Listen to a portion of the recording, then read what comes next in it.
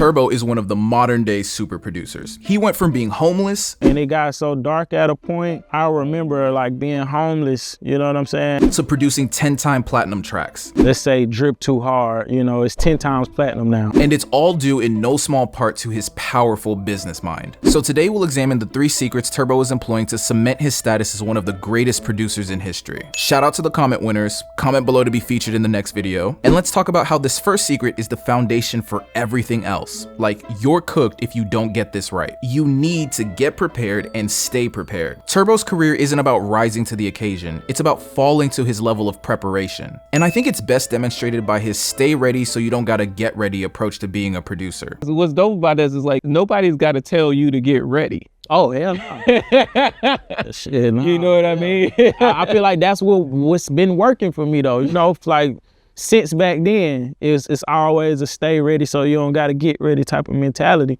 You know, and and with this game and you know this music, it's like, man, if I get a call right now, I'm going to the studio. Yeah, I'm out. No sleep. Yeah, I'm saying, like, it's because you know the luxury of like, oh, it'll be there is like, yeah, something will be there, but that moment in particular won't be there, right? Yeah. So if that's the moment that makes sense for you, you gotta tap in with that. Yeah, bro. It's not about waiting for your moment. It's about expecting it and doing everything you can to be ready when it appears. One of the most powerful preparation mechanisms in my career has been content creation. It helps me study my music and branding, attracts opportunity, and increases my network, just to name a few things. I just dropped a new 80-minute content creation guide on my website, and it's 50% off for the next 7 days. So hit the link in the description to grab that ASAP. But without this next secret, preparation is meaningless. Because how do you prepare for something that you don't know anything about? How do you prepare for a journey when you don't know the destination? You can't.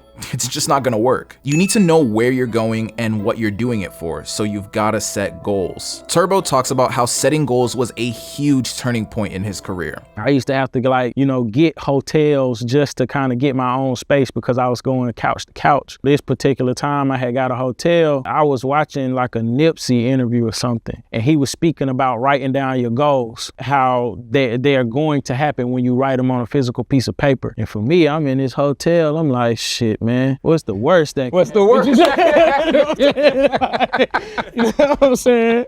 So I remember, like, I was at the Homewood Suites and I wrote down all my goals, and you know, it's like platinum producer, you know, have a single. Yeah, it was like Take a Flight, you know, was on there because I hadn't even been nowhere at that point. And I remember, like, kind of being at my lowest around that time. I wrote all that stuff down shortly after I started getting like a little light. I had the opportunity to like work at a studio consistently, you know what I'm saying, and make money. That's all I needed, you know what I mean? Like, I can work at the studio, I can engineer, I can sell my beats and hustle up. That's all I needed, and that was like enough light for me to get to the next day and the next week and the next opportunity. And you know, since then, since I had wrote that stuff down, you know, and from that point it started to snowball. You know, and I was working at this studio. It was Loud House. Oh my Jesus, like right off Moreland in like an abandoned building. And when it rained, it used to have to drip. You have to walk through it, but I love that spot because I could go there at any time and make my little 250 or whatever and, you know, get a burger. From that place, we was making so much money with my guy that's still my man, JD. He owned it. We was making so much money in that little spot. He built a bigger studio in a nicer part of Atlanta in Buckhead. Soon as we got done building, Thug and Gunna came.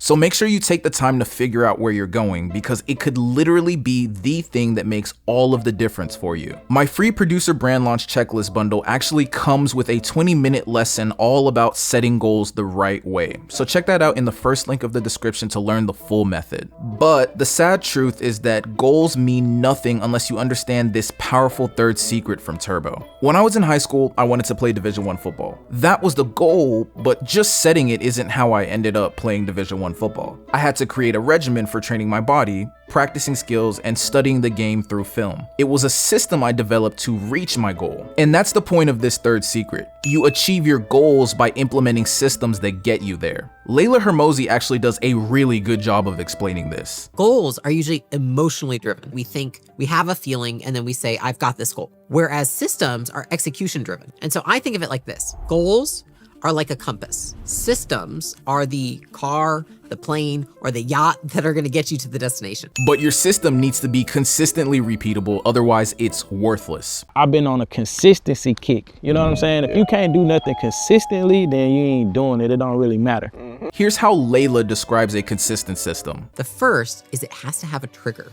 The second is that it has to have a process. And the third is that you have to know a way to track it. So let me break that down to you. The trigger, if you're trying to lose weight, could be every time you eat, pull up MyFitnessPal. So what you do is for the first couple weeks, every time you have a meal, you pull up your phone and you pull up the app. Now, every time you have the app, you have a process of logging your food. And maybe what make it easier is, for me, for example, my MyFitnessPal is on my phone, it's on my home screen. So I have everything categorized, but then the one thing I'm trying to remember always is on my home screen by itself, a freestanding app, which is MyFitnessPal. So I pick it up, oh yeah, gotta log my food. And I have a process. What's my process? I'm gonna log the food that I'm eating. And then by logging my food, I'm also tracking my food. And you can see that this manifests perfectly in Turbo's path to success. He first created an environment that constantly triggered the creation of music. Because I've been on Gunna since we was kids, but now we have a place to come every day, you know what I'm saying, and like work together. And that was Loud House. And then they started to create this environment where they wouldn't leave the studio.